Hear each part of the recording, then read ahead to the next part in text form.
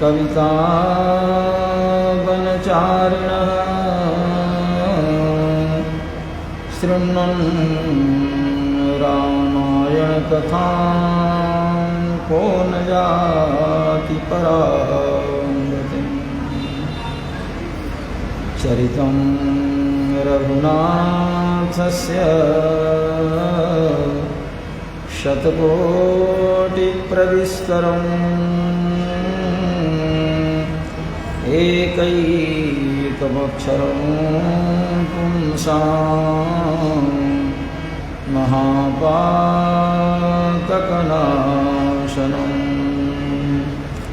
श्रीशैलेशदयापात्रं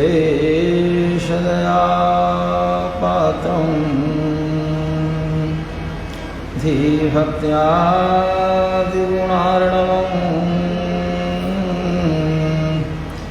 यतीन्द्रप्रवरं वन्दे रम्यजामातरं मुनिं। लक्ष्मीनाथसमारम्भां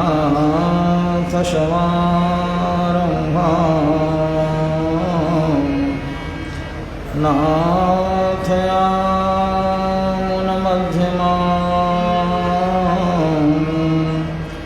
अस्मदाचार्यपर्यन्तां वन्दे गुरुपरम्परां। सन्तगुर्वाचार्या सहाया सन्तगुर्वाचार्या सहाया सन्तगुर्वाचार्या सहाया। अस्मद्गुरुभ्यो नमः अस्मत्परमगुरुभ्यो नमः अस्मत्सर्वगुरुभ्यो नमः। रामानुजस्य चरणौ शरणं प्रपद्ये श्रीमत्पराङ्कुशमुनये नमः। श्रीमत्काश्यपवंशजं गुरुवरं भक्त्या सदा संश्रये। श्रीराम जय राम जय जय राम श्रीराम जय राम जय जय राम श्रीराम जय राम जय जय राम श्रीराम जय राम जय जय राम श्रीराम जय राम जय जय राम श्रीराम जय राम जय जय राम श्रीराम जय राम जय जय राम श्रीराम जय राम जय जय राम श्रीराम जय राम जय जय राम श्रीराम जय राम जय जय राम श्रीराम जय राम जय राम जय जय राम श्रीराम जय राम जय जय राम श्रीराम जय राम जय जय राम श्रीराम जय राम जय जय राम श्रीराम जय राम जय जय राम श्रीराम जय राम जय जय राम श्रीराम जय राम जय जय राम श्रीराम जय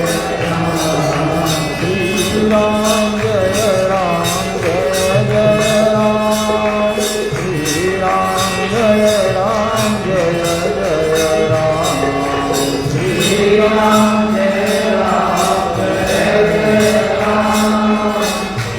श्रीराम जय राम जय जय राम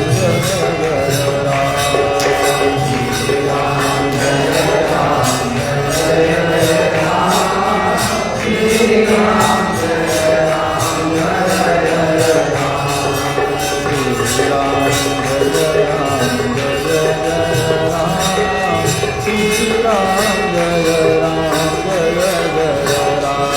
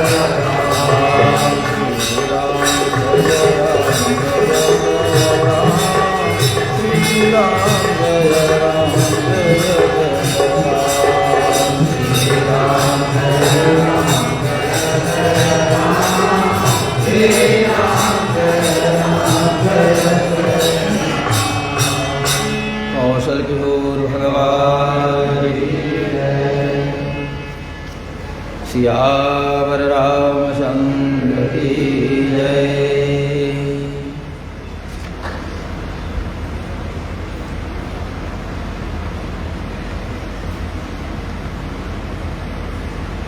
सर्वे यूयं महाभागाः कृतार्था नात्र संशयः यतः प्रभावं रामस्य भक्तितः श्रोतुमुद्यता।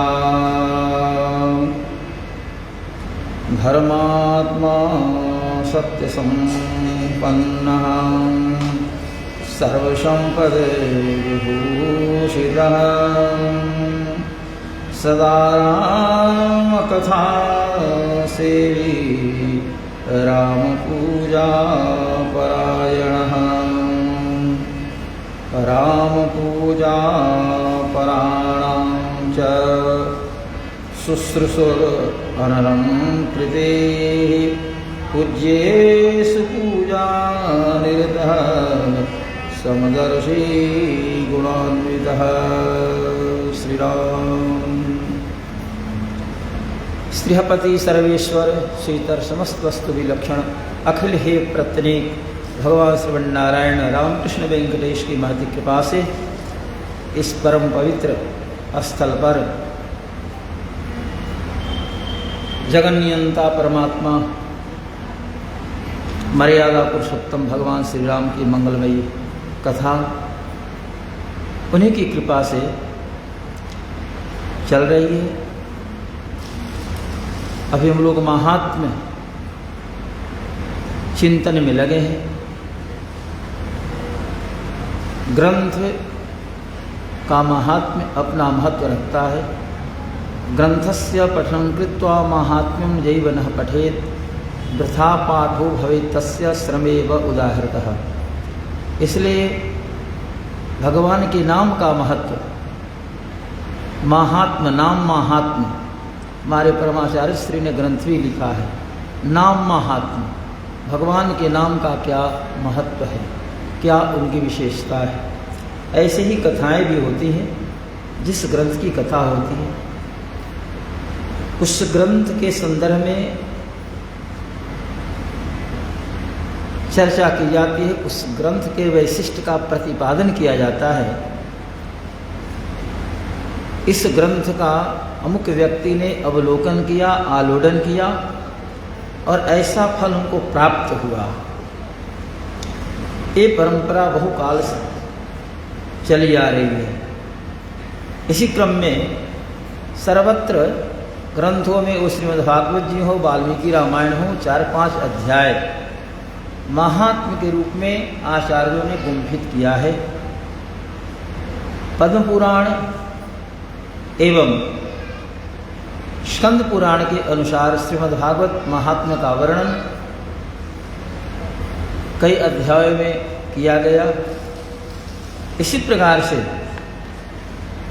वाल्मीकि रामायण की चर्चा भी जब होती है उस क्रम में भी सनत कुमार नारद जी का जो संवाद है वो स्कंद पुराण उत्तरखंड में वर्णित है। उस पुराण से लेकर महात्म्य को यहाँ रखा गया है। स्कंद पुराण सभी पुराणों में वृहद है। 80,000 के लगभग श्लोक हैं। इसमें भगवान वेंकटेश का पूरा वर्णन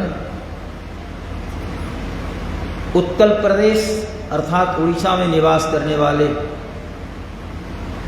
भगवान श्री जगन्नाथ, उनका वर्णन और भारतवर्ष के लगभग सभी क्षेत्रों में विद्यमान भगवान के श्री विग्रहों का यथासंभव वर्णन वेद व्यास जी ने किया है।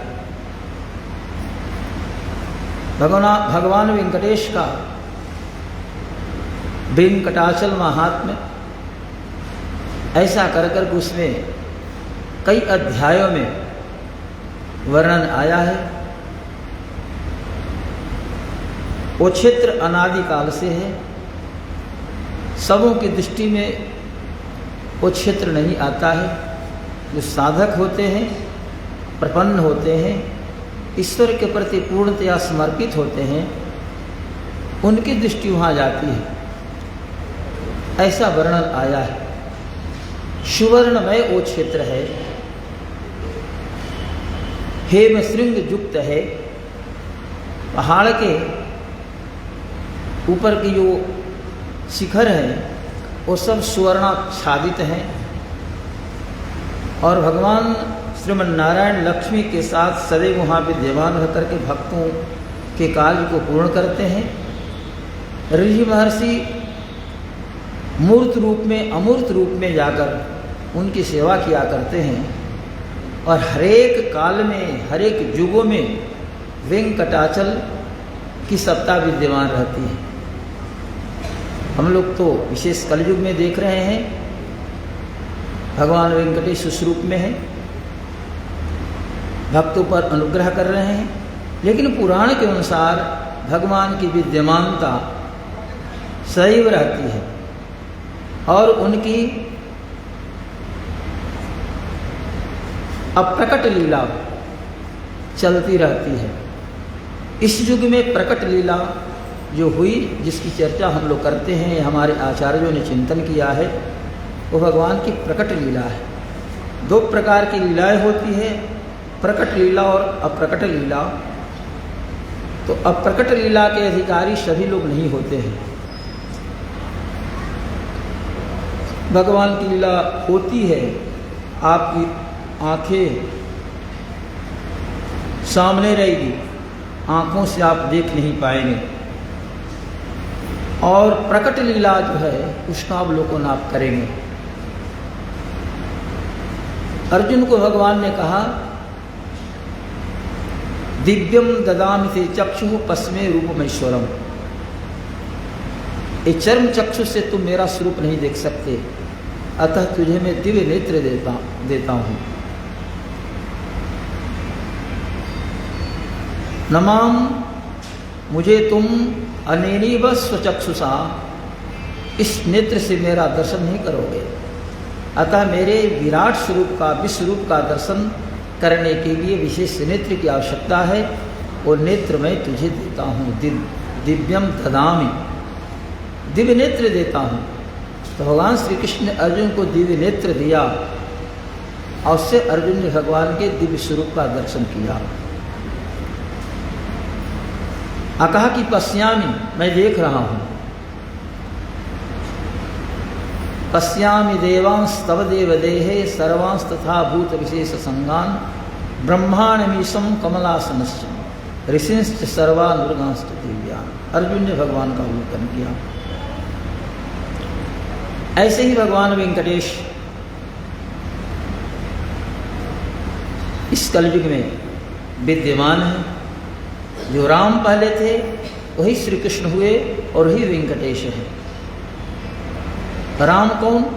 जो पहले नरसिंह बने, वराह बने, वही राम है। और नरसिंह, वराह, परशुराम, कच्छपावतार जिन्होंने स्वीकार किया, वामनावतार जिन्होंने स्वीकार किया, वामन से त्रिविक्रम हुए, वही परमात्मा कृष्ण भी बने। वही परमात्मा कलयुग में कल के अवतार ग्रहण करेंगे। तो मत्स्य अवतार, कुर्मा अवतार, वराह अवतार, नृसिंहावतार, परशुराम अवतार, वामना अवतार, ये सब भगवान के अवतार क्रमशः होते गए। जब जब जैसी आवश्यकता पड़ी भगवान ने वैसा स्वरूप ग्रहण किया। भक्तों की आकांक्षा, भक्तों की चाह, भक्तों की अभिलाषा पूर्ण करने के लिए या सांसारिक लोगों के कार्य को संपादित करने के उद्देश्य से भगवान ने तत्त स्वरूपों को ग्रहण किया। अभी भगवान विद्यमान है वेंकटाचल पर्वत, सुंदर भाव, वही रामकृष्ण वेंकटेश के रूप में ही विद्यमान है। भक्तों पर अनुग्रह करने के लिए भगवान वैकुंठ छोड़कर पधारे। भगवान श्री राम आए, वैभव अवतार ग्रहण कर लौट गए, भगवान कृष्ण चले गए, लेकिन ही राम और श्री कृष्ण राम और श्याम वर्तमान में रुक गए वेंकटाचल पर्वत पर और बताया कि मेरा चिंतन करो, तुम यदि वैष्णव हो,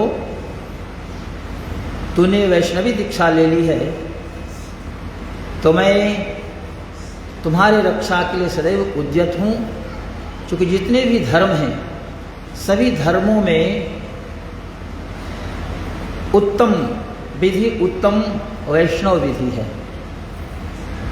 जो वैष्णव हो जाता है, भगवान विष्णु, भगवान वेंकटेश, भगवान श्री राम श्री कृष्ण अपने शरीर के सदृश उस वैष्णव की रक्षा करते हैं। सर्वेषामेव धर्माणाम उत्तमो वैष्णवो विधि, सर्वेषामेव धर्माणाम उत्तमो वैष्णवो विधि रक्षते भगवान विष्णु भक्तानाम आत्मशरीरवत्। भक्तों के शरीर की रक्षा, भक्तों की रक्षा भगवान अपने शरीर के सदृश करते हैं। अतः सभी धर्मों में श्री वैष्णव धर्म प्रधान है। वैष्णव धर्म का अभिप्राय भगवान के प्रति समर्पित हो जाना, शरणागत हो जाना। प्रभु ये शरीर मेरा नहीं, ये आपके लिए है, ये आत्मा आपके लिए है, जो भी मैं करता हूँ सब आपके लिए करता हूँ, मेरा अपना कुछ नहीं। भागवत धर्म भी यही बताता है कि जो भी करें, भोजन करें, शयन करें, कर्मकांड करें, कोई भी कार्य करें, वो सब भगवत प्रीत्यर्थ है, सब भगवान की प्रसन्नता के लिए हम कर रहे हैं। भागवत धर्म तो बहुत विशाल विस्तृत रूप में वर्णित है, लेकिन मूल भागवत धर्म का अभिप्राय यही है कि जो भी करें शरीर से, मन से, वचन से, इंद्रियों से, वो सब कर करके भगवान को अर्पित कर दें। प्रभु हमने जो कुछ किया सब आपके लिए किया। ओम तस्तत् ब्रह्मार्पणमस्तु। यही भागवत धर्म है। मन वचन कर्म, कर्मकांड करते हो, पूजा करते हो, पाठ करते हो, जप करते हो, किसी को पढ़ाते हो, लिखाते हो, व्यापार करते हो, भगवान ने हमें इस कार्य में लगा रखा है। प्रभु ने इस कार्य में मुझे नियुक्त कर रखा है। एतावता मेरा कर्तव्य है। इस कार्य के संपादन के बाद इसका फल भगवान के चरणों में मैं अर्पित कर दूं। यदि ऐसा हम करते हैं तो भगवान हमारी क्रिया को कई गुना स्वीकार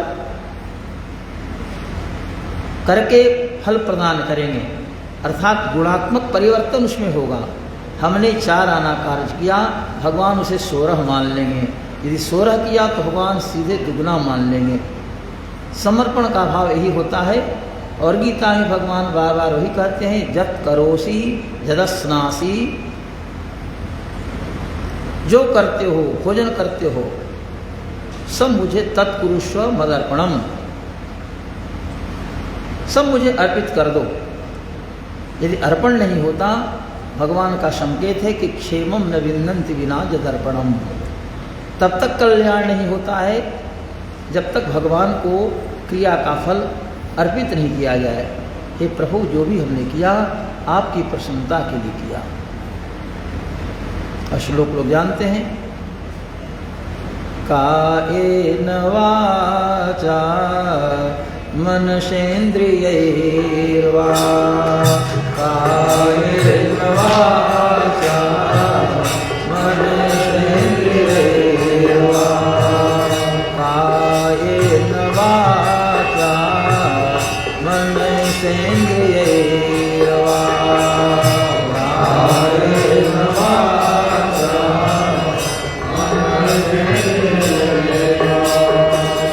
बुद्ध्यात्मना वा प्रकृतेः स्वभावात्, बुद्ध्यात्मना प्रकृतेः स्वभावात्, बुद्ध्यात्मना वा प्रकृतेः स्वभावात्,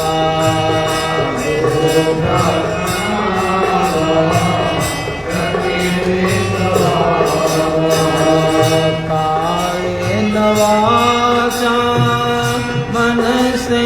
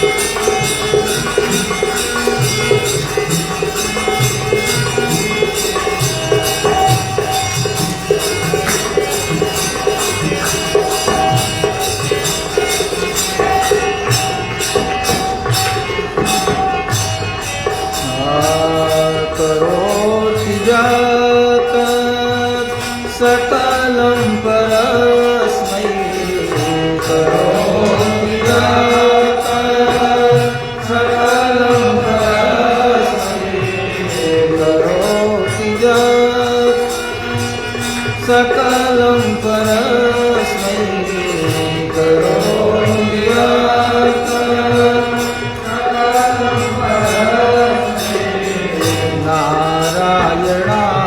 नारायणायेति समर्पयेत्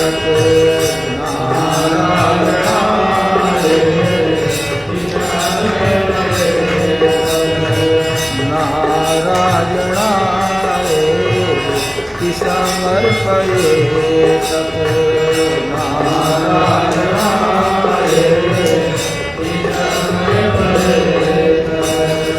जो ही करें वो नारायण को अर्पित कर दे।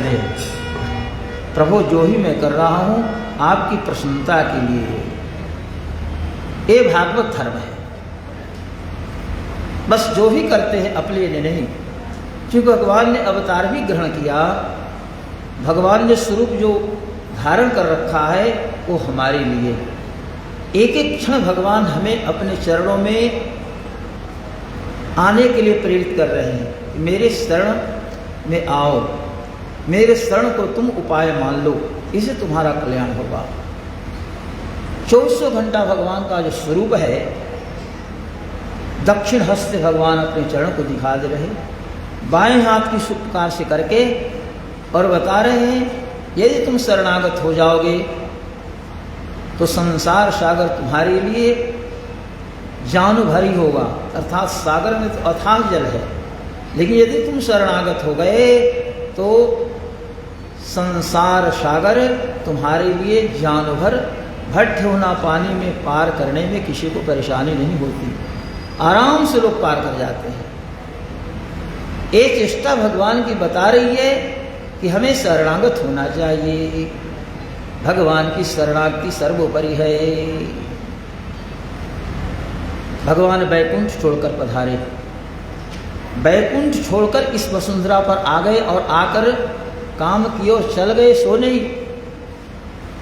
भगवान के और अवतार हुए, उन अवतारों में भगवान ने कार्य किया और कार्य के बाद अपने लोक में लौट गए। स्वरूप का तिरोधान हुआ, अंतर्धान भगवान हो गए, अंतरित हो गए, हमारी आंखों से ओझल हो गए। लेकिन रामकृष्ण ने जो वेंकटेश स्वरूप ग्रहण किया तो प्रभु आवसे भूलोक में आकर के और बस गए। कुछ लोग कहते कि आवते भूलोक में, नहीं, आवते नहीं है, आप बसे। श्रीनिवास प्रताप दिनकर भाजता सब लोक में, सो दीन जन के तारने प्रभु आवसे भूलोक में। आकर के भगवान बस गए। आज भी भगवान हैं, गए नहीं है। अन्य अवतार में भगवान ने लीला की और उस स्वरूप को ये कर लिया, लेकिन इस अवतार में भगवान आज भी विद्यमान है। अब वैकुंठ से पधारे हैं, वैकुंठनाथी हैं। वेंकट गिरिपति स्वामी वैकुंठ से ही आए, वेंकट गिरिपति स्वामी वैकुंठ से ही आए, वेंकट गिरिपति स्वामी वैकुंठ से भी आए, वेंकट गिरिपति स्वामी वैकुंठ से आए।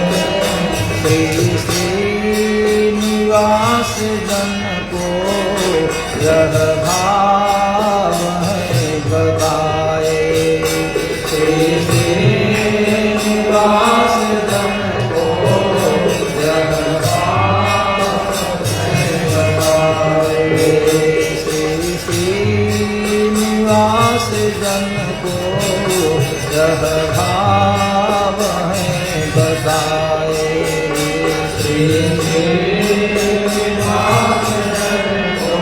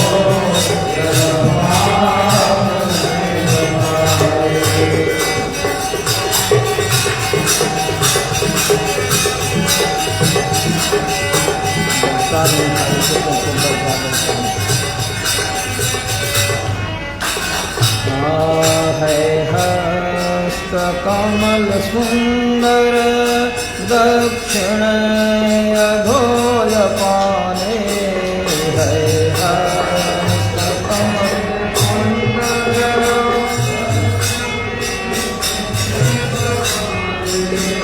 है हस्त कमल सुंदर दक्षिण अधोल पाने है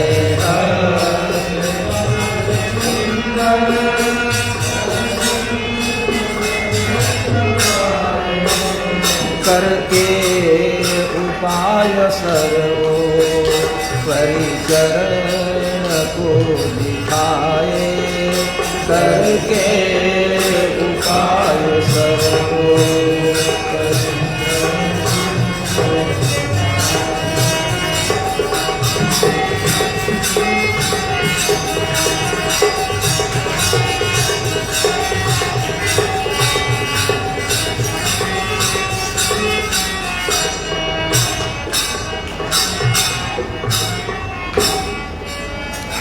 है हस्त कमल सुंदर दक्षिण अधो अपाने।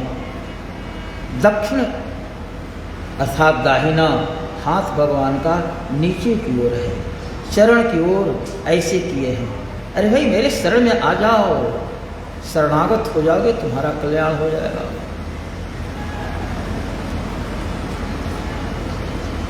उपाय भगवान ने बताया। अपने शरण में आने के लिए भगवान ने ऐसा स्वरूप ग्रहण कर लिया, सदैव ऐसे किए हैं, मेरे शरणागत हो जाओ। मैं ही राम हूं, मैं ही कृष्ण हूं, मैं ही वेंकटेश हूं। त्रेता के राम, द्वापर के कृष्ण और कलयुग के वेंकटेश। राम की उपासना करते हो, कृष्ण की उपासना करते हो, तो वेंकटेश के पास आओ, मैं ही हूं। तुझे अलग जाने की आवश्यकता नहीं। अन्य अवतारों में हमने एक बार केवल संकेत किया और इस अवतार में ऐसा स्वरूप हमने ग्रहण कर लिया वो संकेत सर्वात्मना व्यक्ति को मेरी ओर झुकाए।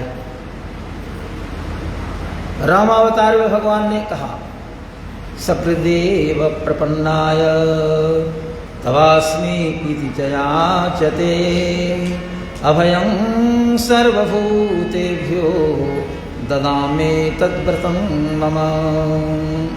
सकृदेव प्रपन्नाय तवास्मि इति च याचते अभयं सर्वभूतेभ्यो ददामि तद्व्रतं मम।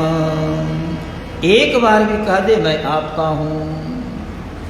सकृत माने एक बार, प्रपूर्वक पद धातु का शरणागति है। एक बार कह दे प्रभु मैं आपका हूं। तवास्मि मैं आपका ही हूं, अपना नहीं हूं। ये मेरा शरीर नहीं, मेरे लिए नहीं, ये शरीर आपके लिए है। ये पूरी आत्मा आपकी सेवा में समर्पित है। तवास्मि तिच याचते। ऐसे भक्तों को अभयं सर्वभूतेभ्यो, सभी भूत प्राणियों से मैं उसे निर्भय बना देता हूँ। डर भय समाप्त हो जाता है, जम का डर नहीं रहता। ये मेरा व्रत है, ये भगवान का व्रत है। जैसे हम लोग व्रत करते हैं, एकादशी व्रत करते हैं, रामनवमी व्रत करते हैं, जन्माष्टमी व्रत करते हैं, नृसिंह चतुर्दशी व्रत करते हैं, वामन द्वादशी व्रत करते हैं। इसी प्रकार से भगवान भी व्रत करते हैं। अब भगवान का व्रत यही है कि एक बार जो कह दे कि मैं आपका हूँ, उसका पूरा का पूरा दायित्व मैं अपने ऊपर ले लेता हूँ। दुनिया की कोई भी शक्ति उसे डिगा नहीं सकती, उसे भीत नहीं कर सकती। दैवी 16 गुण हैं, उसमें प्रथम गुण है अभयम, माने निर्भय रहना। तो जो व्यक्ति निर्भय रहता हो समझे कि उसके अंदर दैवी गुण का प्रादुर्भाव हो गया है। ईश्वर की उपासना करता है, जो भगवान की उपासना करेगा वही निर्भय रहेगा। इसे भगवान कृष्ण ने गीता में जो दैवी गुणों की चर्चा आरंभ की उसमें सबसे पहले अभयम लिखा। अभयं सत्व संशुद्धि ज्ञान योग व्यवस्थिति दानम दमश्च यज्ञश्च स्वाध्यायस्तप आर्जवम। अभयम सात्विक क्रिया। जब पाठ जो करते हैं सब भगवत कृत्यर्थ है, आपको डर लगेगा ही नहीं। किस बात की डर? जब परमात्मा हमारे रक्षक हैं, वो कण-कण में व्याप्त हैं, तो डर किस बात की? भगवान उसे कहते हैं कि मैं उसे निर्भय बना देता हूँ। वो रावण का अत्याचार सह लेगा, रावण की लात भी सह लेगा, लेकिन डरेगा नहीं, वो निर्भय रहेगा। जैसे विभीषण ने किया, रावण की लात भी विभीषण ने सह ली, लेकिन डरा नहीं। कह दिया कि बस आपने मेरे ऊपर जो प्रहार किया अच्छी बात है, लेकिन मेरा जो लक्ष्य है उस लक्ष्य को मैं भूलूंगा नहीं। और रावण का परित्याग कर भगवान श्री राम के पास आया। एक बार जो भगवान की ओर उन्मुख हो जाता है, भगवान उस उन्मुखी प्रक्रिया को और उत्तरोत्तर बढ़ाते हैं, अपनी ओर उसे खींचते हैं। तो नारद जी कथा सुना रहे। सनंदन सनातन सनत कुमार चारों भाई 5 वर्ष की अवस्था वाले सानंद कथा श्रवण कर रहे हैं। आहा देवर्षि, आपने बड़ा सुंदर सुनाया। और भी आगे कोई बात बताएं। रामायण जी की इतनी महत्ता। ठीक ही आपने कहा, रामः अयते प्राप्यते अनेन इतिहास श्रेष्ठेन श्रीमद् रामायणेन काराग्निशवास कृत्या वैभव उच्यते। इतिहास श्रेष्ठ श्रीमद् रामायण है। इसमें कारागृह में वास करने वाली जो जानकी जी हुई, उनके वैभव, उनका प्रकटीकरण हुआ है। माँ जानकी की विशेषताओं का वर्णन है। कैसे उन्होंने दीनों पर अनुग्रह किया। राक्षसियाँ जो उन्हें सदैव सताती थी, काटो मारो, सुरा लाओ, सुरा पिएंगे और इस मानुषी के मांस खाकर नर्तन करेंगे। मानुषी मांस मांसाध्य, आसाध्य माने खाकर स्वाद लेकर इस महिला के टुकड़े टुकड़े करेंगे। वो कहे कि मैं इसके हाथ का, कोई कहे कि पैर का, इस प्रकार से बहुत डराती थी जानकी जी को। तो धैर्य उच्च रोज दी। राक्षसियों की बातें सुनकर महारानी जानकी जी धैर्य खोकर रोने लगे। धिक्कार है इस मनुष्य जीवन को, वर्णन आया है। लेकिन भगवान के प्रति समर्पिता थी, इसलिए वो क्षण बीता और अगले क्षण में उन्हें सुख की प्राप्ति हुई, शांति मिल गई, क्योंकि भगवत अर्पित थी। ऐसे ही यहाँ पर सनकादि पूछ रहे हैं कि और कोई ऐसा महात्म्य हो जिससे हमारी प्रवृत्ति कथा के प्रति हो, रामायण के प्रति मेरी निष्ठा और बढ़ जाए। नारद जी ने कहा कि भाई क्या कहना। एक राजा सुमति हुए, उनकी पत्नी सत्यवती भगवान श्री राम की पूजा में लगे रहते थे। श्री राम का भजन, श्री राम का कीर्तन। और जब व्रत आवे तो व्रत एक उल्लास बन जाए। कुछ लोग व्रत को भारी समझ लेते हैं कि व्रत आ गया, अब भोजन नहीं करना है, कोई नहीं करना है, वो क्या कहे, कल तो एकादशी है ना। तो एकादशी के नाम पर लगता है कि घर पानी का पार पर जाएगा, है ना। उल्लास नहीं, क्यों, भूखे रहना है, एकादशी है। अरे भाई एकादशी है तो क्या हो गया, एकादशी है तो आराम से एकादशी को कीजिए। एकादशी को उतना भारी मत समझिए। और एकादशी माता है, एकादशी कोई राक्षसी नहीं है कि जिसके नाम से डर लग जाए। तो व्रत को ऐसा नहीं मानना है। सम्यक संकल्प जनित अनुष्ठान विशेषो, व्रत का अभिप्राय है सम्यक संकल्प जनित अनुष्ठान विशेष को व्रत कहते हैं। हार्दिक भाव से भगवान की प्रसन्नता के लिए, तत्त देवों की प्रसन्नता के लिए शुद्ध भाव से जो अनुष्ठान किया जाता है वो व्रत कहलाता है। तो जहाँ स्वयं हृदय से वो भाव आ रहा है तो उसमें फिर उतनी चिंता क्यों करनी। और नहीं तो एकादशी से डर हो तो आपने कभी ये बात सुनी भी होगी, एक कवि ने एकादशी वालों के लिए वो बता दिया कि भाई एकादशी से डरो नहीं। एकादशी को यदि तुझे फलहार करना है तो ऐसे फलहार करो, एकादशी से डरना नहीं है। सुनिए, भोरे स्नान करी पक्की सिर दूध पियो, भोरे स्नान करी पक्की सिर दूध पियो, सैकड़ों सिंघाड़ा खाए मन को शवादी है। दोपहर को भंग छानो, शेर चीनी पाव पानी, 20 अमरूद खा लायो नहीं वादी है। तिखुर अखरोट के हलवा सवा शेर खायो, खोभी के लाई तो अनगिनत पायो है। खोभी के लाई देखते ना, उसको गणना नहीं करनी है, धड़ाधड़ मुंह में डालते जाइए। और पानी पर सिंघारा कम से कम 20 से कम नहीं। और अमरूद 20 अमरूद खाए, वो इधर का अमरूद नहीं, इलाहाबादी अमरूद बड़ा बड़ा होता है। 20 अमरूद खा लीजिए बस। तो 20 अमरूद खाए लाओ नहीं वादी है। तिखुर अखरोट के हलवा सवा शेर खाए, सवा शेर हलवा बनाइए, स्वयं अपने मुंह में डालिए, किसी को दीजिए नहीं। तिखुर अखरोट के हलवा सवा शेर खाए, खोभी के लाई तो अनगिनत पाए है। कहे कवि गंग की, कहे कवि गंग की, परब ऐसा हो यारो, किया था एकादशी पर द्वादशी की दादी है। भाई ये भी एकादशी के फलहार है। तो व्रत से डरना नहीं है। व्रत का अभिप्राय अपने हृदयगत भावों को शुद्ध ढंग से प्रकटीकरण करना, अपने भावों को भगवान के चरणों में अर्पित कर देना। नारद जी ने कहा कि ओ पति पत्नी सुमति और सत्यवती भगवान की सेवा में लगे, सदैव भजन करते रहते हैं, चिंतन करते रहते हैं। व्रत आता है तो दोनों पति पत्नी सावधान होकर के व्रतानुष्ठान में लग जाते हैं।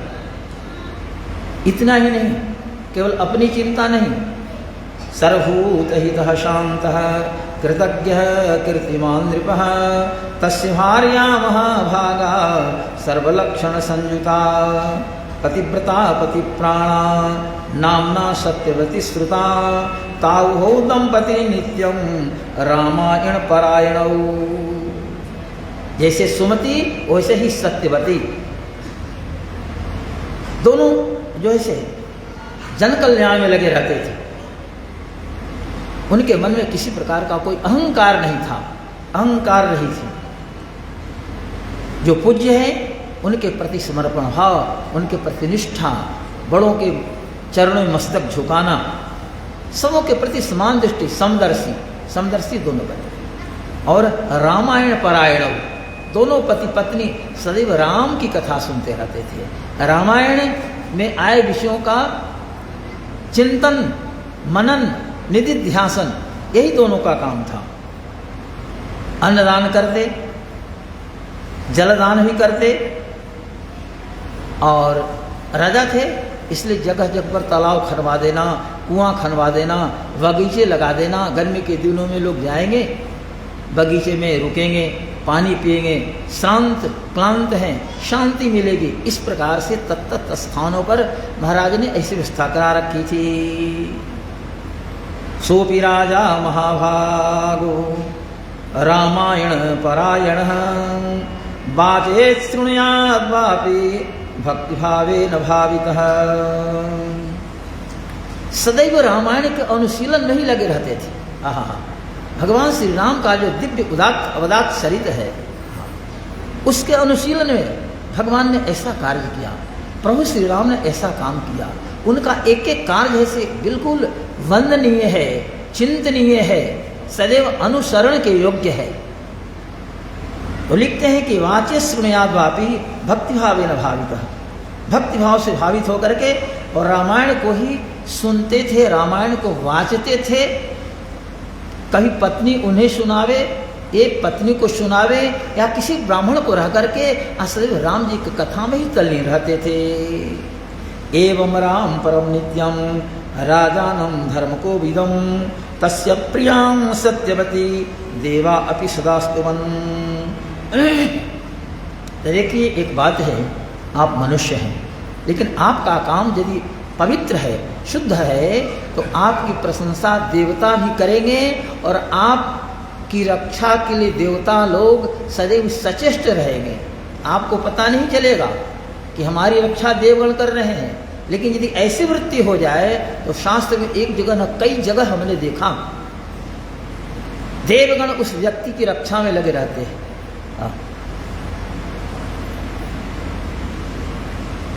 अपने वृत्तियों को जो उस रूप में शांत रखता है। एक सज्जन जा रहे थे, सज्जन का मतलब संत ही थे और साथ उनका शिष्य था। रास्ते से गुजर रहे थे, एक व्यक्ति ने दूर से देखा, अरे वो तो जा रहा है, लंबी लंबी दाढ़ी है, गेवरिया वस्त्र पहने है, तो वो तो मेरा पहले का शत्रु है, अभी साधु बन गया है। उसने देखा, तेजी से दौड़ के पहुंच गया।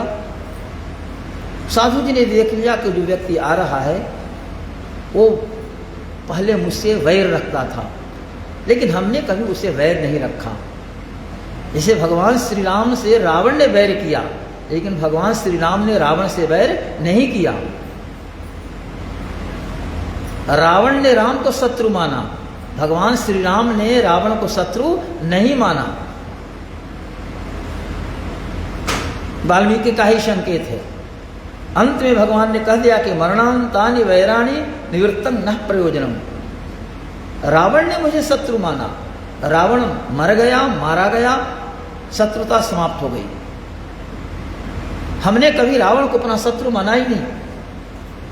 उसके व्यवहार से हमें भले खेद होता था, मैं चाहा कि रास्ते पर आ जाए, लेकिन हमने कभी रावण को शत्रु नहीं माना। रावण मर गया, वैर भी समाप्त हो गया। मरणांतानि वैराणि निवृत्तं न प्रयोजनम। अब कोई ये नहीं बच गया, इसलिए विभीषण तुम रावण का संस्कार करो। एक भाई दूसरे भाई का जैसे संस्कार करता है वैसे तुम संस्कार करो। विभीषण थोड़े ये हो गए थे, भावुक हो गए, माया में पड़ गए, रोने लगे। प्रभु ने कहा कि यदि तुम संस्कार नहीं करोगे तो मैं अपने हाथों से रावण का संस्कार करूंगा। तुम मेरे मित्र हो तो मित्र का भाई भाई ही होता है। तुझे मैंने मित्र मान लिया तो तुम्हारा भाई रावण है, तो रावण ही मेरा भाई हुआ, तो मैं भाई के नाते अपने हाथों से रावण का संस्कार करूंगा। आह क्या बात है! ये राम की संस्कृति है, ये राम की मर्यादा है, ये राम का उदात्त कर्म है, अवदात्त क्रिया है। ऐसे राम है। निवृत्तं न प्रयोजनम कृताम अस्य संस्कार यथापेश तथाम। मेरा भाई है, यह है आदर्श राम का। तो एक दोनों पति पत्नी यही चिंतन में लगे रहते थे, क्या भगवान ने लीला की है। रामायण परायण।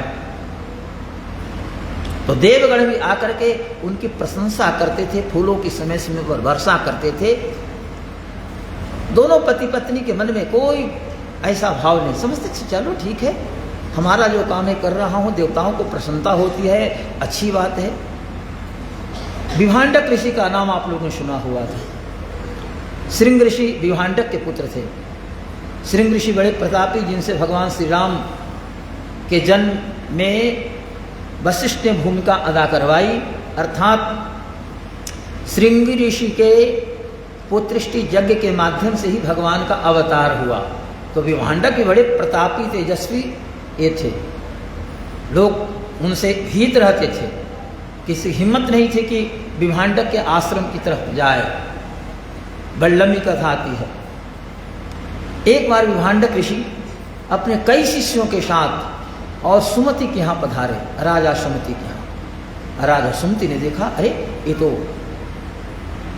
तपोधन विभांडक जी मेरे यहाँ पधारे हैं।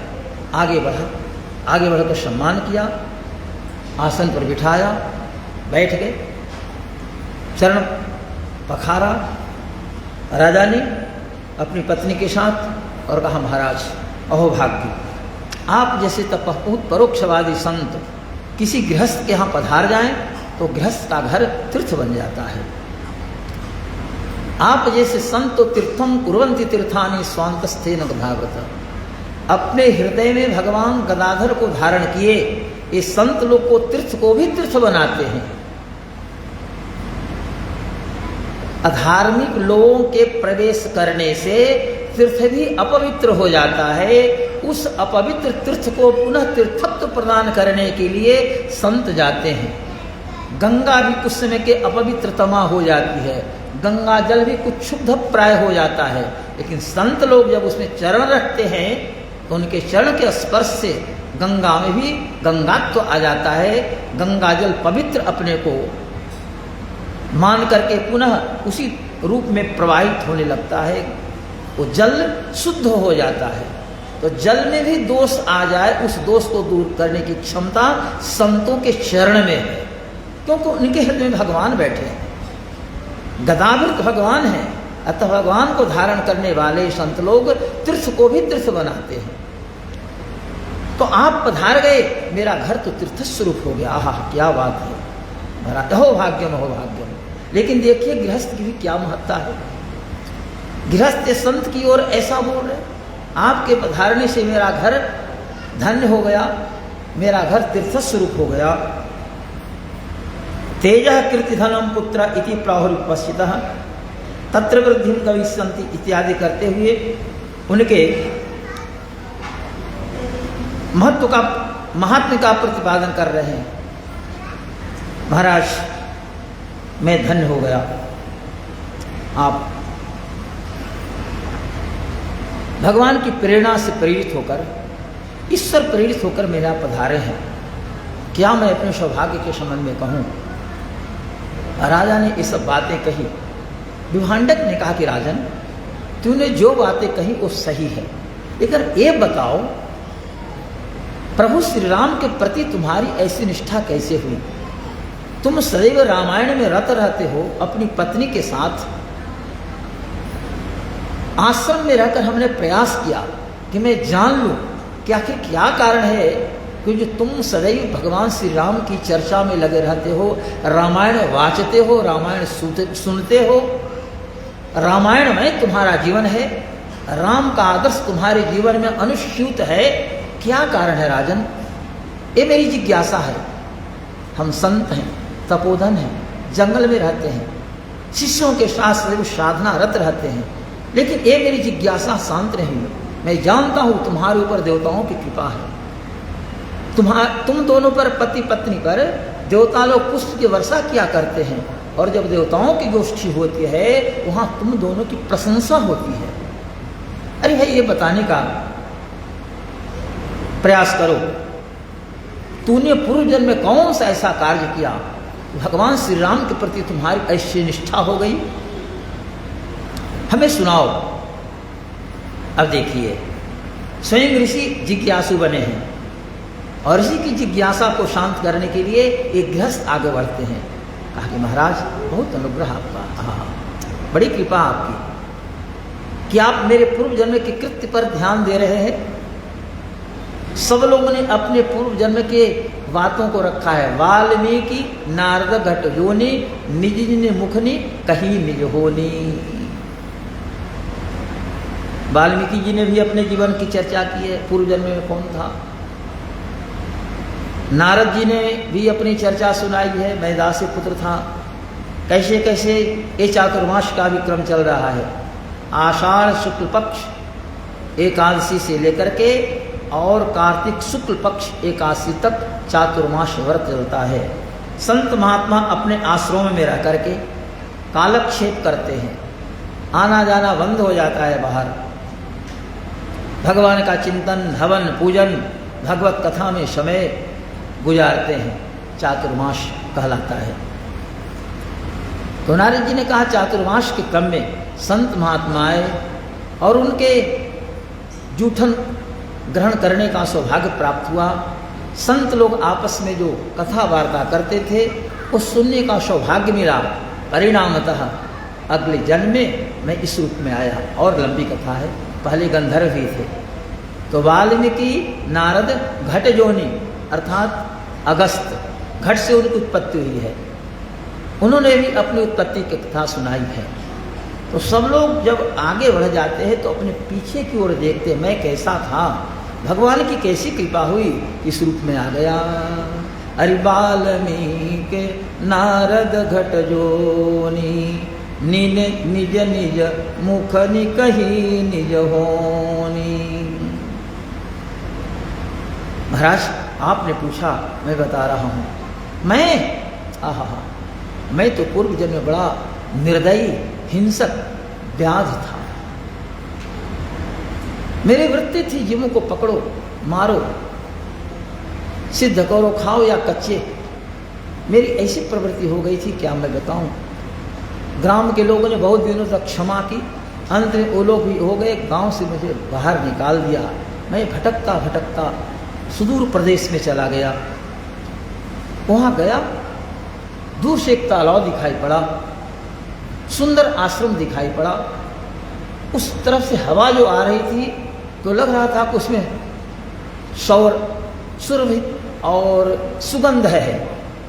लगा कि कोई महात्मा का आश्रम है, वहाँ हवन हुआ है।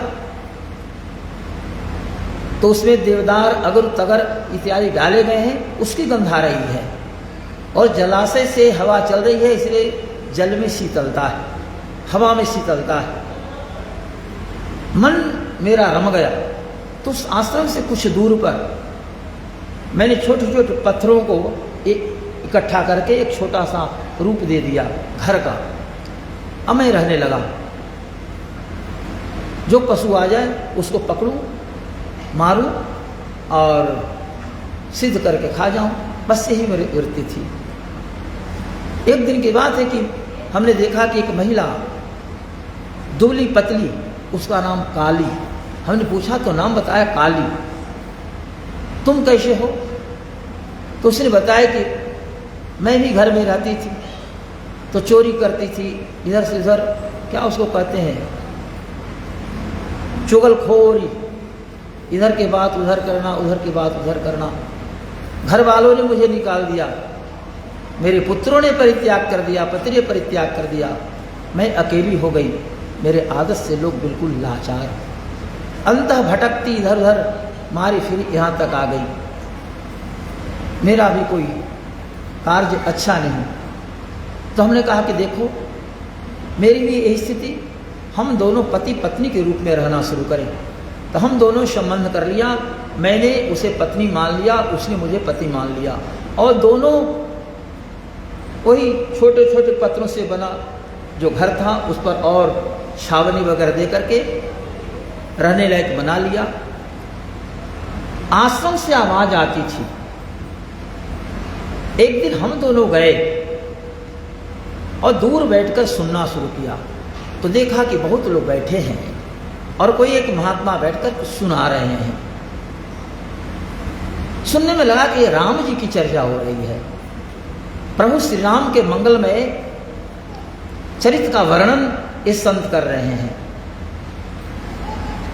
कथा मुझे अच्छी लगी तो दोनों सुनते रहे। कथा समाप्त हुई, हम लोग आ गए। पुनः दूसरे दिन उसी अवसर पर उसी समय हम लोग गए, पुनः कथा आरंभ हुई और हम दोनों ने कथा सुनी। अब कथा के प्रति इतना लगाव हो गया कि अब तो लगे कि कब कथा शुरू हो। कथा के प्रति निष्ठा मेरी बढ़ गई और दोनों पति पत्नी इसी चाह में रहे कि रात्रि व्यतीत हो, प्रातः हो, दोपहरिया का समय समाप्त हो और संध्या समय पुनः कथा आरंभ हो जाए। इसी प्रकार की हम लोग की वृत्ति बन गई और इस प्रकार से ज्यादा करके हम लोग कथा सुनने लगे। ये तो भगवान की ही कृपा है, क्योंकि भगवान जनों पर उपकार करने के लिए अवतार लेते। संसार के लोग किसी से मित्रता जो करते हैं उसमें कुछ ना कुछ स्वार्थ रहता है, लेकिन संत महात्मा किसी से कोई संबंध स्थापित करते हैं वो स्वार्थ रहित होता है। आप लोग चौपाई जानते होंगे। स्वार्थ मीत सकल जग माही, सपने हूँ प्रभु पर मारथ नाही। स्वार्थ मीत सकल जग माही, सपने हूँ प्रभु पर मारथ नाहि।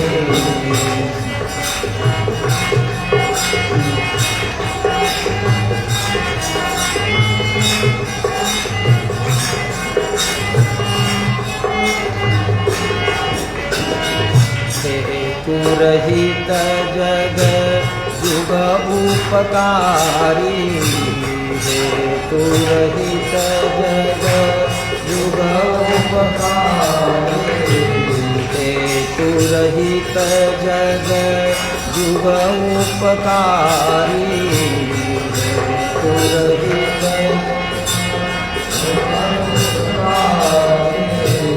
तुम तुम्हारे से वकल सुरारी,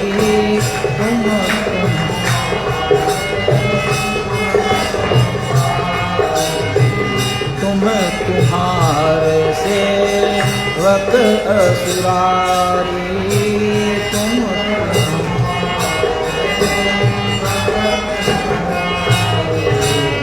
सबके वचन प्रेम रस साने, सबके वचन प्रेम रस साने, सुनि रघुनाथ हृदय हरसाने।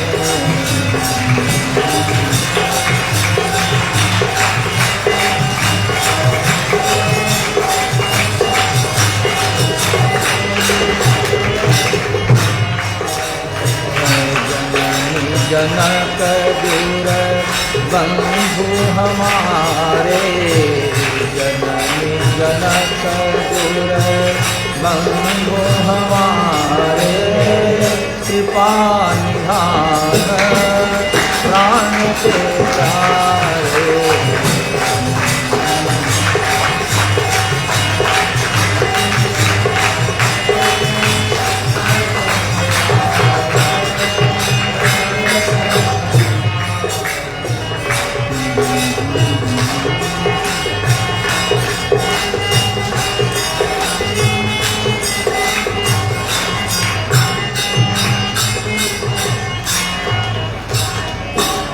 इस प्रकार से संसार के लोग जो संबंध बनाते हैं वो स्वार्थ सहित संबंध होता है, और निस्वार्थ उपकार करने वाले तो दो ही होते हैं,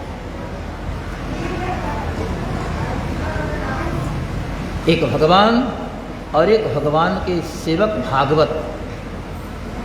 इस संसार की सेवा निस्वार्थ सेवा करते हैं। स्वामी महाराज का जीवन इस रूप में बीता, निस्वार्थ सेवा। तो भगवान और भागवत, अन्य लोगों का संबंध जो है वो स्वार्थ सही संबंध है, और भगवान और भागवत का जो जीवन के साथ संबंध है वह स्वार्थ रहित संबंध है। ऐसा नहीं है कि हाँ सब लोग स्वार्थ सहित ही करते हैं, लेकिन संख्या ज़्यादा रहती है। गारस्थ जीवन में रह कर के भी भगवान को कैसे प्राप्त किया जा सकता है? गृहस्थ का धर्म ही सर्वोपरि धर्म माना गया। 3 आश्रम गृहस्थों के ऊपर ही संचालित है, ब्रह्मचर्य आश्रम, वानप्रस्थाश्रम और संन्यासाश्रम। वो तीनों आश्रमों का दायित्व गृहस्थों के ऊपर है, इसमें कोई संदेह नहीं। जीता जागता उदाहरण आश्रम है। न धान की खेती न गेहूं की खेती, लेकिन इतने श्री वैष्णव लोग, छात्र विद्यार्थी, आए गए अतिथि समूह की सेवा हो जा रही है। समय समय पर उत्सव ही भगवान करा ले रहे हैं। जो भी क्रियाएं हैं वो सब आप गृहस्थों के बल पर उपजाते तो आप हैं, और आप दान करते हैं, और दान से आश्रम की गतिविधि चलती है। इसलिए धन्या गृहस्थाश्रम, गृहस्थ आश्रम को धन्य कहा गया, संन्यास आश्रम को धन्य नहीं कहा गया, वानप्रस्थाश्रम को धन्य नहीं कहा गया, ब्रह्मचर्य आश्रम को धन्य नहीं कहा गया, लेकिन गृहस्थ आश्रम को धन्य कहा गया। इस प्रकार से वो सुमति ने विभांडक के सामने अपनी बात रखी महाराज ऐसे ही मेरा समय बीत रहा था।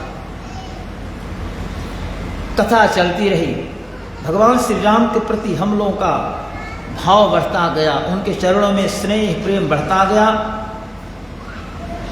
परिणाम हुआ 9 दिन होते होते, वो नवाह कथा चल रही थी, 9 दिन होते होते हम लोगों के जितने पाप ताप संताप थे सब भूल गए। और मेरी पत्नी काली, इसके पाप भी नष्ट प्राय हो गए और मैं भी अपने आप को शुद्ध पवित्र माना। आत्मा से आवाज आई, तुम शुद्ध हो गए, तुम्हारा कल्याण होगा और अगले जन्म में तुम राम पारायण बनोगे। राम जी की चर्चा में तुम्हारा समय बीतेगा, राम जी कथा में पूरा तुम समय दोगे। महाराज वो आश्रम वशिष्ठ ऋषि का था, महर्षि वशिष्ठ जो भगवान श्री राम के कुलगुरु थे।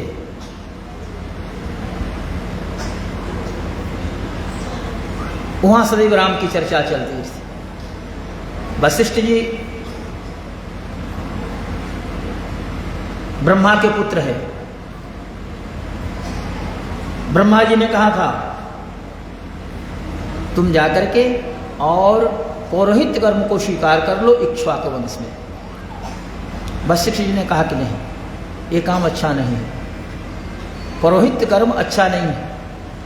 वेद पुराण सब में इसकी निंदा की गई है। दान ग्रहण करो, याचना वृत्ति मांगो, अच्छा नहीं है।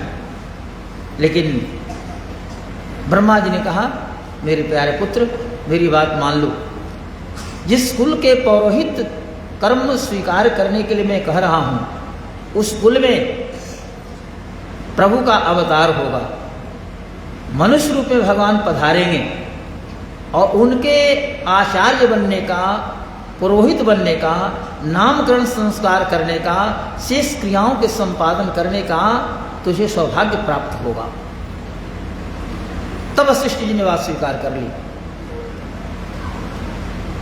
और उतने दिनों तक, कितनी पीढ़ियों तक प्रतीक्षा करते रहे।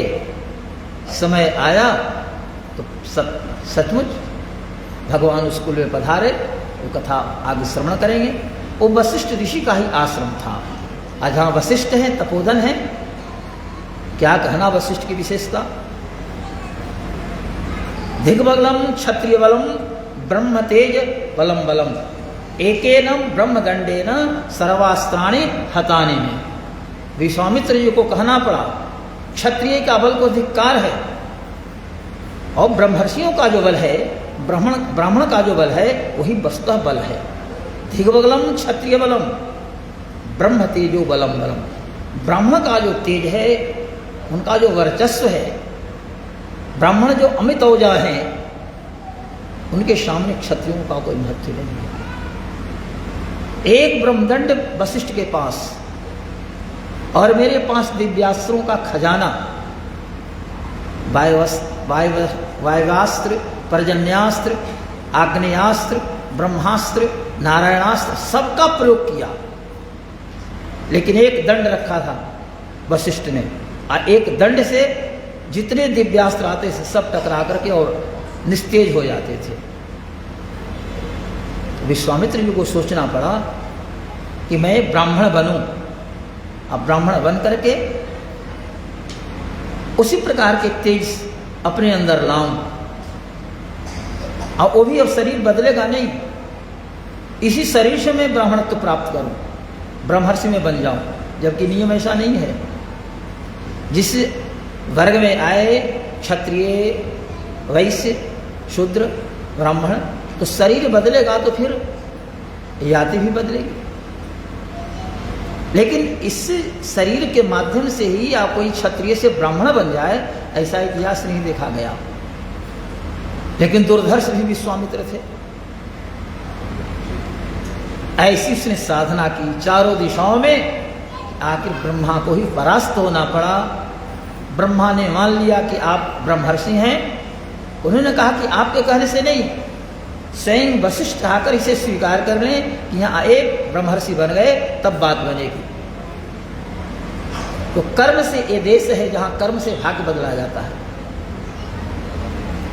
अरे जहाँ कर्म से भाग्य बदलते, अरे श्रमनिष्ठा कल्याणी है। जहाँ कर्म से भाग्य बदलते, श्रमनिष्ठा कल्याणी है। जहाँ कर्म से भाग्य बदलता, श्रमनिष्ठा कल्याणी है। जहाँ कर्म से भाग्य बदलता,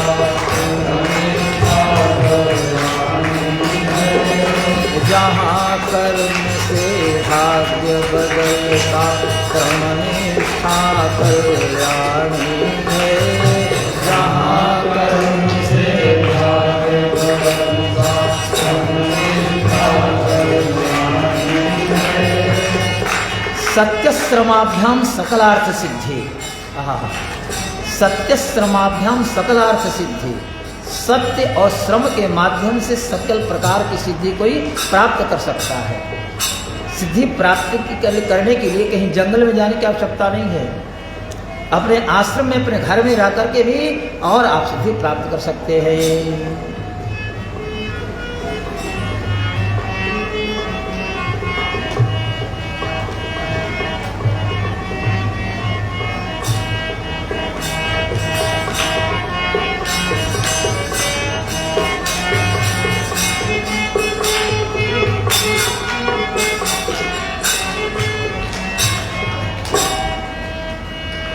जहाँ सवेरा शंख बजाता, लोरी गाती शाम है। जहाँ सवेरा शंख बजाता, लोरी गाती शाम है। जहाँ सवेरा शंख बजाता, लोरी गाती शाम है। जहाँ सवेरा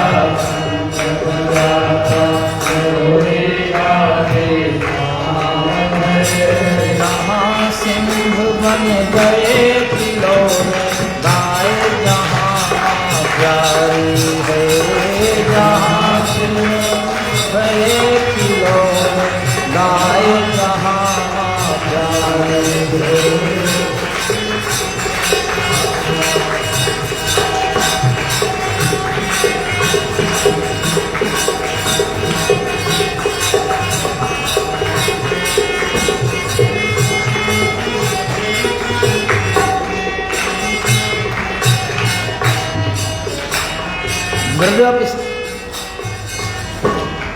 यहाँ की मिट्टी भी चंदन।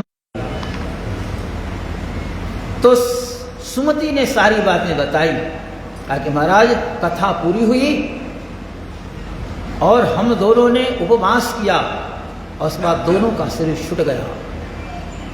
भगवान का विमान आया और बहुत दिनों तक हमने ब्रह्मलोक में निवास किया, उसके बाद इंद्रलोक में निवास किया, उसके बाद ये मानव शरीर धारण करके पृथ्वी पर आए। असंख्य वर्षों तक तत्त लोकों में निवास करने के बाद भगवान की कृपा, चूंकि उन लोकों में निवास करने से ईश्वर की उपासना करने में परेशानी होती थी। ब्रह्मलोक में, इंद्रलोक में ईश्वर की उपासना संभव नहीं हो पाती। ईश्वर की उपासना के लिए तो पृथ्वी ही है। अतः यहाँ हम लोग आए। अब पहले जन्म का जो संस्कार था, रामायण की हम लोगों ने कथा सुनी थी, उस प्रभाव से प्रभावित हैं, उस भाव से भावित हैं और आज भी राम में मेरा जीवन है। राम की चर्चा में ही मैं अपने आप को लगा रखा हूँ। सदैव प्रभु के स्मरण चिंतन करने में अब समय देता हूँ और ऐसे भक्तों को भगवान स्वीकार करते। गोदावरी किनारे एक स्थल मंदिर बना हुआ है। एक व्यक्ति ने मंदिर बनाने के उद्देश्य से एक सेठ से कुछ द्रव्य लिए। मंदिर बन गया, पूर्ण नहीं हुआ, बन गया।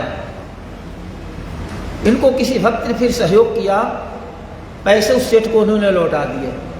सीधे साधे थे, कागज पर उसने लिखाया, लेकिन पैसा लौटाया गया ऐसा इन्होंने नहीं लिखवाया। सेठ के मन में लोभ आ गया और मंदिर बना भगवान श्री राम का। राम लक्ष्मण जानी तीनों उसमें पधारे। कुछ दिनों के बाद उसने कहा कि भाई आपने मंदिर बनाने के लिए रुपए लिए थे, आपने रुपए लौटाए नहीं। कहा कि सेठ जी हमने तो रुपए लौटा दिए थे। कहा कहाँ लौटाया? देखिए कागज आपने जो लिए थे उसका तो है प्रमाण, लेकिन लौटा इसका तो हस्ताक्षर नहीं है। ये सीधा साधा भक्त हस्ताक्षर नहीं कर पाए थे। न्यायालय में बात गई। मुसलमान उसमें वो उस पद पर था, न्यायाधीश के पद पर। इस व्यक्ति को बुलाया गया, तुम्हारे ऊपर आरोप है, तूने रुपए लौटाए? हाँ महाराज हमने तो रुपए लौटा दिए। कोई प्रमाण है? कहा कि मैं किसको प्रमाण मानूं, मेरे तो एकमात्र रघुनाथ जी हैं, रघुनाथ जी को ही हमने आधार माना है, उन्हीं का नाम लेता, उन्हीं का चिंतन करता हूँ, उनके अलावा और तो कोई प्रमाण गवाह है ही नहीं। तो क्या गवाह में वही रघुनाथ जी का नाम लिख लूँ? कहा कि हाँ दो हैं वो, एक रघुनाथ जी हैं, एक लक्ष्मण जी हैं। राम और लक्ष्मण नाम है, महारानी जी का नाम नहीं उसने लिखाया। न्यायालय में बात गई, तिथि पड़ गई, अमुक तारीख को इस व्यक्ति के गवाह के रूप में राम लक्ष्मण आने वाले हैं। लोगों को विश्वास हो तब तो कि भगवान गवाही देने आते हैं। अभी वो मंदिर है, हुआ है रात्रि में वो न्यायाधीश सोया था। दो युवक गए, हाथ में इसी ढंग से पीला कपड़ा लिए हैं और उस व्यक्ति को जगाया, न्यायाधीश को, उठो भाई उठो। तो जगा तो देखा कि कमरा तो अंधकार में था, लेकिन यहाँ तो प्रकाश है, दिव्य प्रकाश है। तो प्रकाश देकर के थोड़ा भीत हुआ, लेकिन उठकर बैठा तो देखा कि दो युवक खड़े हैं। कहा कि कौन है आप? तो भगवान ने कहा कि हम रामो जी हैं, ये लक्ष्मो जी हैं। माने उस मुसलमान को कहा, माने राम नहीं कर, रामो जी और लक्ष्मो जी। मेरा नाम रामो जी है, इनका नाम लक्ष्मो जी है। आप लोग कैसे आए? कहा कि उस सेठ जी ने आपके यहाँ